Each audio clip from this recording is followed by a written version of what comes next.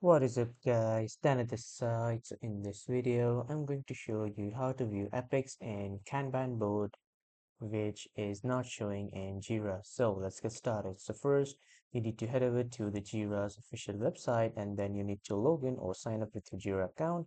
And after that, you need to select the project that you want to see the Kanban board of. And after that, on the top, on the left side, you can see this backlog section. Click on this. And after clicking, the backlog section will open. From here, you need to click on this epic button. From clicking, a drop-down menu will appear wherein you can see the Show Epic panel has been turned off by default. You can turn this toggle on by just pressing the E key or by just clicking this toggle.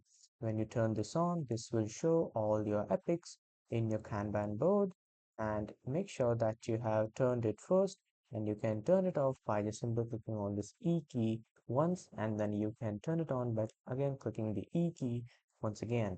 And here it will show you all your epics in your Kanban board. So this is how you can do it. That was all for this video, everyone. Thank you for watching.